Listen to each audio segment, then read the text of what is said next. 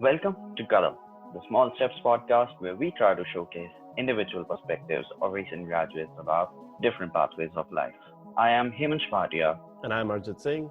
and together we will try to uncover what it means to have a traditional career. This podcast is all about experiences, and before we invite our guests to share theirs, we thought we'd share our own. This episode is about us, who we are, what we've done in the past, and what we plan to achieve in the future. This episode is going to be divided in two parts. The first part is going to focus on my journey, and the next is going to focus on Arjit. So, let's start the show.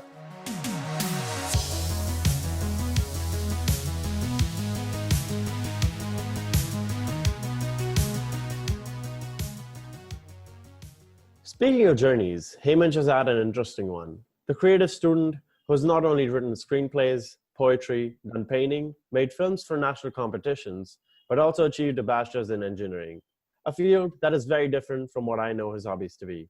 So Hemansh, I'd like to start this conversation today by getting to know more just about the various places you've worked.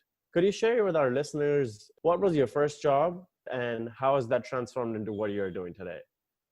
Technically, the first job that I had, I just started a few months ago in February of this year, but I did have an internship after college. I decided to go for an internship rather than a job, which I already had for some personal reasons. But yeah, decided to go for an internship that was like 2 hours one side for a commute. But yeah, I thought it was a better decision for personal reasons again. The internship was 6 months, almost 6 months, and you could treat it as a job because I did that after graduation. I was working almost as a full employee. I was working with other employees, and I felt I brought something to the table. So that was one thing. So it didn't feel like an internship, but I guess it just was one of the ways to pay me less, I guess.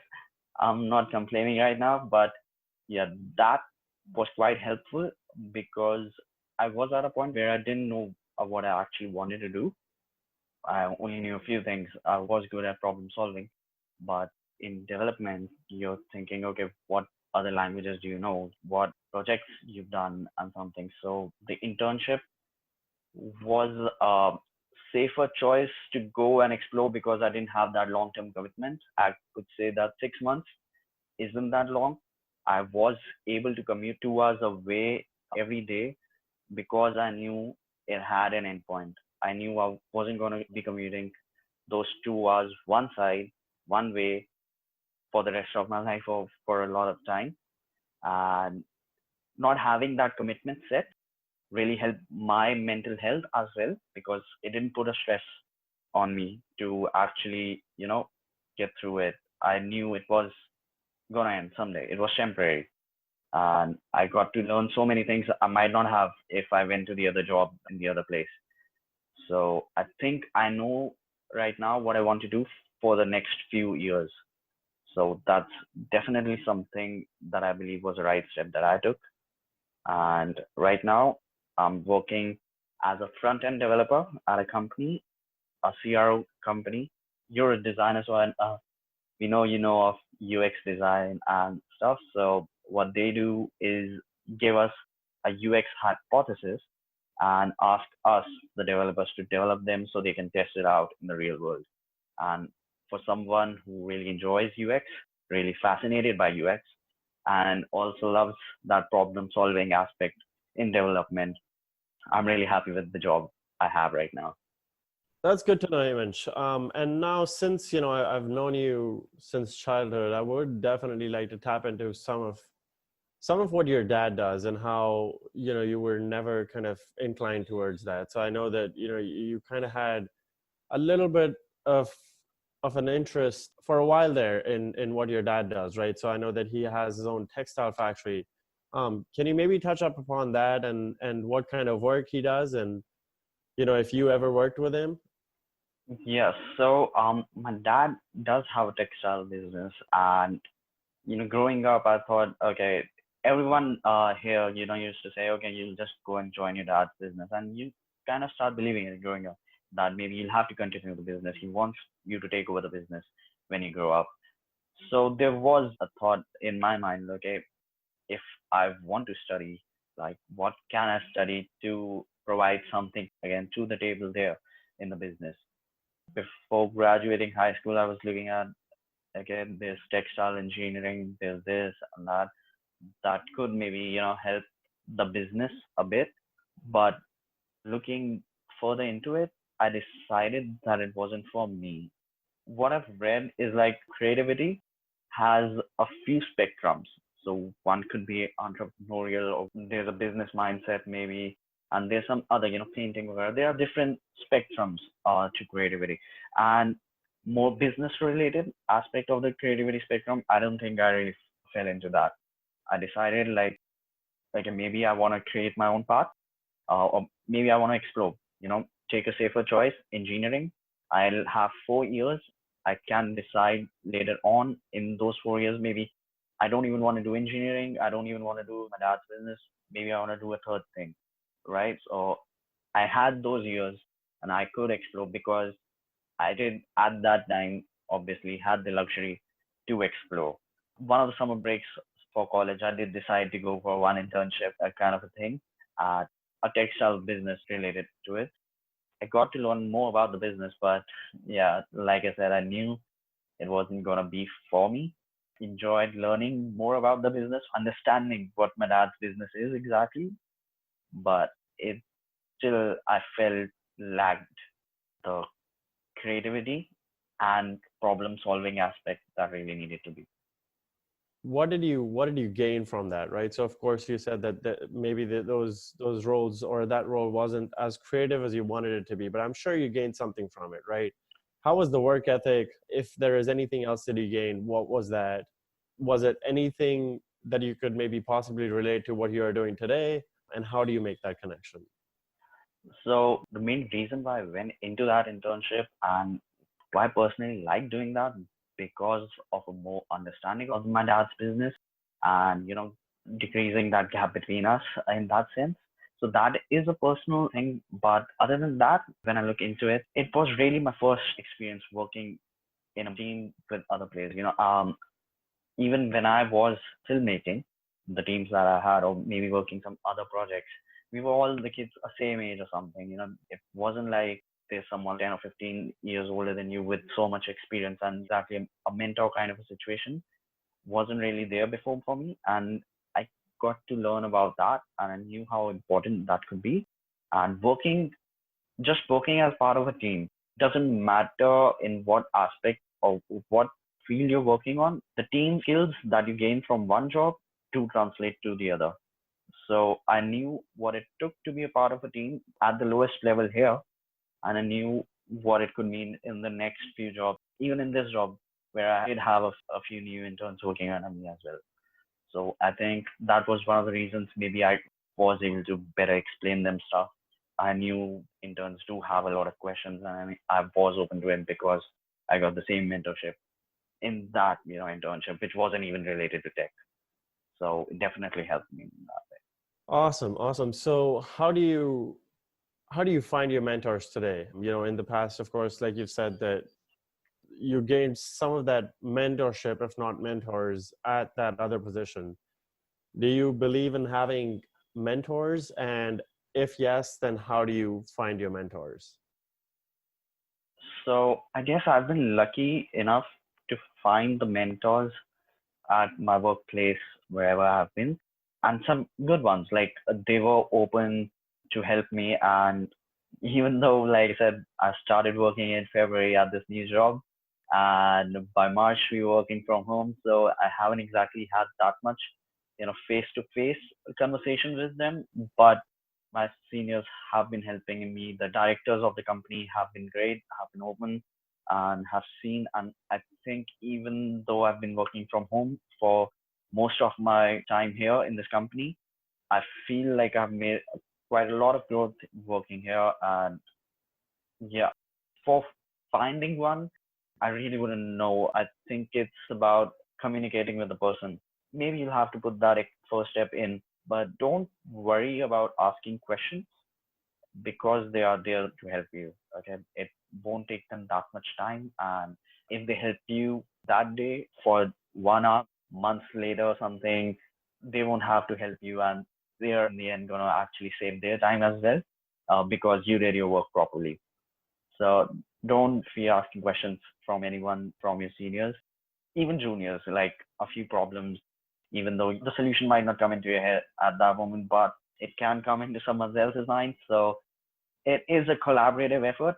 Again, it's an effort. So just go and look out, and hopefully you'll find someone who's willing to help. Most of them are. So there's actually a couple of things that come to my mind from that, right? So one of them is something that I heard from one of my professors who was talking about, he mentioned this to somebody who was like ahead of us in college. He told that person that there is no junior and senior, right? So that's always something that sticks in my mind now, right? And I believe that everybody can learn from someone else. So it's not like, whoever is coming into school after you is necessarily going to know less things than you. It's a balance, like you said too, and I think that's something that always sticks with me, and I think should stick with a lot more people, because a lot of people just believe, if people are coming in after them or something like that, it's just their juniors. But I think that's something that is a stigma and needs to break.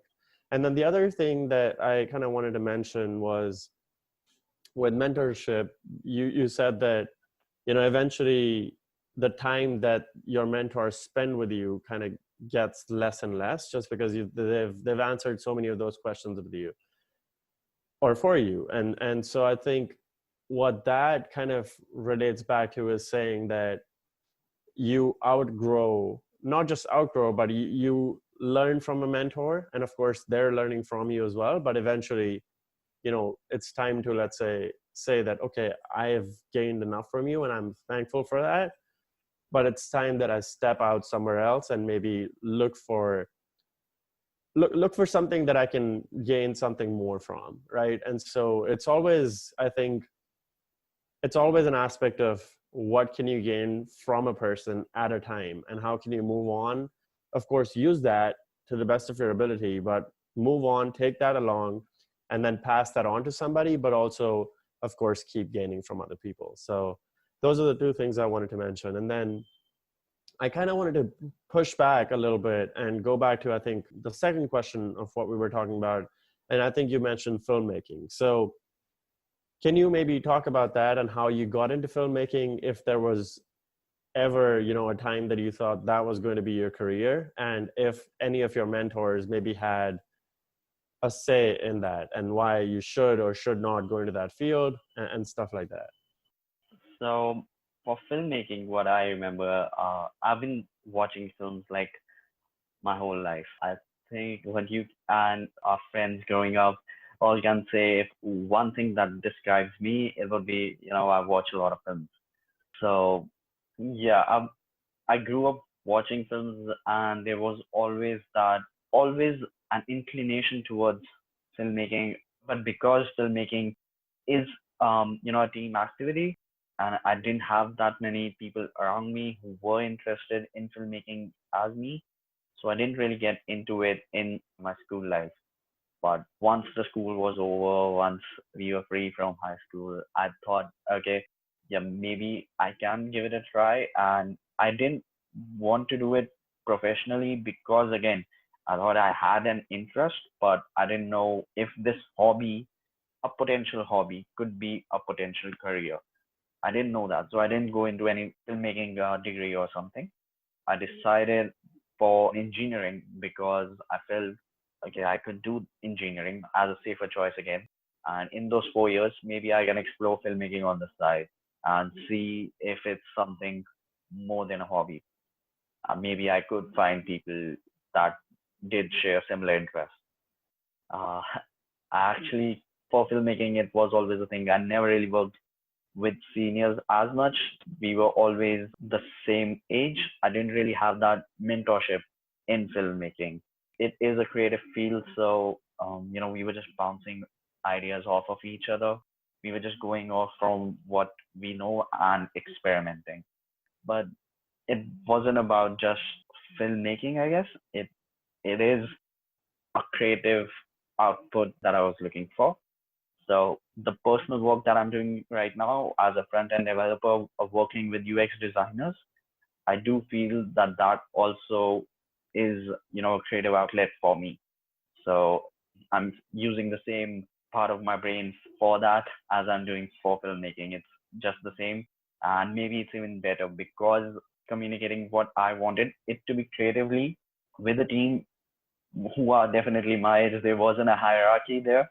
So there are some problems with that. But now that, there is a set hierarchy, you're more comfortable doing that. And there's so much more to UX design that I've even asked my directors and even the UX team to, okay, maybe you can teach me more and more while we're still working on it. And I think UX design is something that's similar, but for me, if filmmaking was 19 out of 20, UX and this front end development, which I'm doing, has been that 20 out of 20 thing compared to that. So yeah, I would say I'm lucky for that. Well, that's great, Hemansh. It almost looks like, you found that little thing that always people are looking for, right? What is it? What is that thing that kind of makes you want to wake up every day, right? That kind of thing. And so it's great that you've found that, it looks like. And so with that, I mean, would you say that the jobs or the work that you do on a daily basis, like, would you say that's something that is satisfactory, or would you change maybe some things about that? As you previously said, a person shouldn't be stuck at the same place. If you're still learning, you should. And I feel like I am still learning a lot of things a few months in, and I know I have a lot to learn, not just the UX, which I do, but also, coming as an engineer into a development, I still feel there's a lot more for my development growth here. And I will keep learning here for that. I know there's a future here till I learn. I don't know after that, but I do enjoy the work that I'm doing. It does fall under the service side of stuff. So we are working on multiple projects. I might have a big one that takes a week, but I might have some small ones that I'm finishing like 2 or 3 maybe a day also. So it really depends on, the variety here, working with different people, communicating with different people around the world. Also, I think I do enjoy that. Again, that bringing of development and UX design, a creative field and more of algorithmic stuff and putting them together. You do need both of them in this job. It isn't something that is so readily available in other careers. And there are some even better futures in this job. We know about HCI, human computer interaction.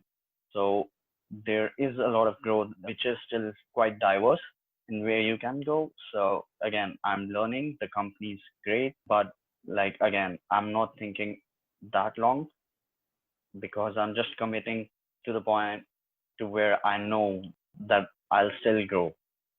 The person I was when they hired me and the developer I am now, I feel, confidence in my own skills, maybe which I didn't even have at that point. So it has been me just taking those small steps, those columns, and I just want to take those again. I don't want to make a big leap right now. All right, Hemansh. So, this podcast basically, of course, is about those small steps, right? So we are trying to see what, of course, you are doing right now, but what do you think, might be beneficial in the future for not just you, but other people. So one of them, of course, the question that comes to mind is, do you see a future with a master's degree or future study in what you're doing? Or would you say that continuing to work in such a field and then, just keep growing from that is what's more important? What would you say, according to you, is going to help you? And then would you say a master's degree in a more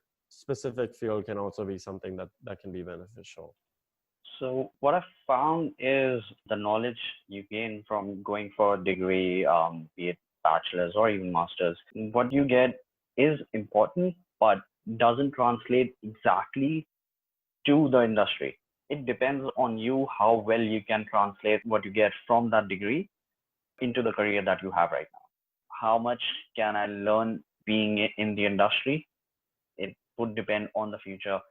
I guess that decision I would need to make when I'm closer to that. But like I said, I'm still learning, and I know a few steps are there where I still be learning. So when I get closer to the decision, okay, maybe now I'll have to see if learning from the industry isn't providing me that growth that I really need. I might go for that master's and gain that knowledge, and choosing the right masters can help you even change career or the industry easily that normally you wouldn't be able to go directly into. So I might be able to go from a front end development job to a UX design, but with the work that I have and even the personal time that we need, I don't think it is possible to create some UX projects or something on my own without the proper knowledge that I'm sure you've received as a designer. So it is a time taking task, and going for a master's degree and getting the right mentors would probably be more beneficial in that sense.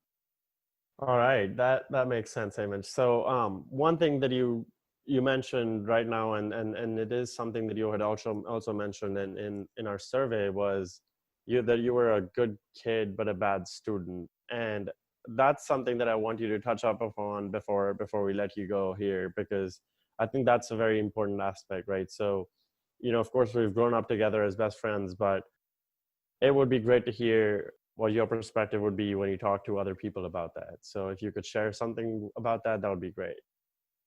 So when I did mention, about being a good kid but a bad student, I meant like I wasn't exactly the best test taker there. I didn't exactly score well academically. I wasn't the one who was completing assignments on time. So if there was just a list, statistically speaking, I wouldn't be on the good side of that list.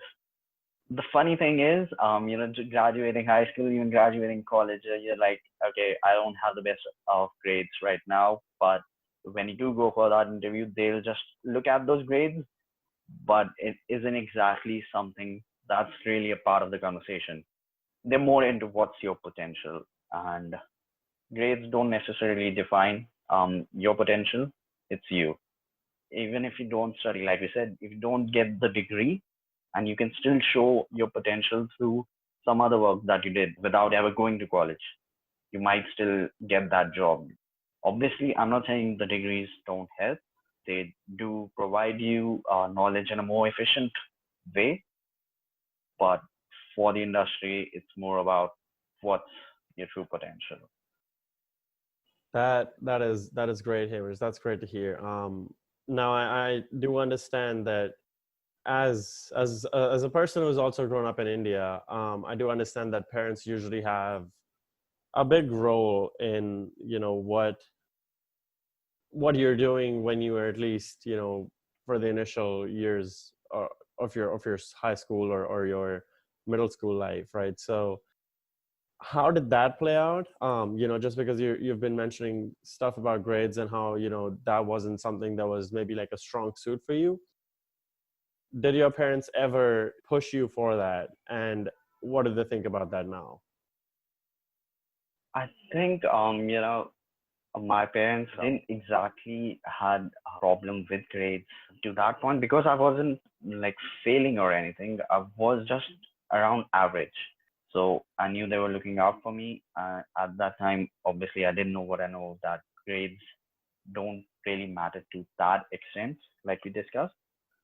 For one thing, my parents did relax after my older sister.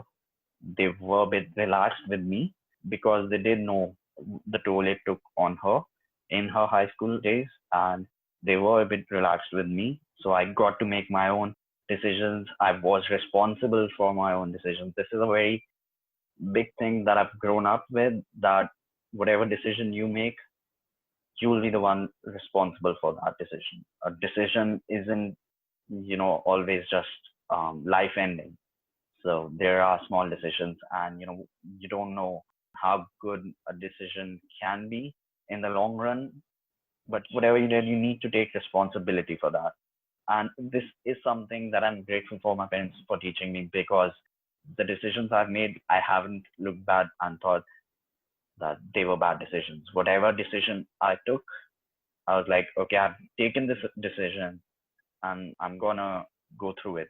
Whether it be an internship, 2 hours away and 4 hours commute every day, or be it even an internship just after college, a job that wasn't the most paying one compared to my other batchmates, and even filmmaking and or anything that I've done, because I know the decisions that I made, I am responsible for those, and those have come and connected in something that I'm doing right now. So I think it all worked out, at least till right now.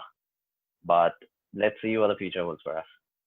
That makes a lot of sense, Hemansh. So it's basically, something that I focus on as well. It's about saying that, the decisions that you make, actions, of course, are not something you can always control. But if you've controlled your decisions, hopefully you'll be able to control your actions, and then hopefully you'll also be able to control how you feel about them.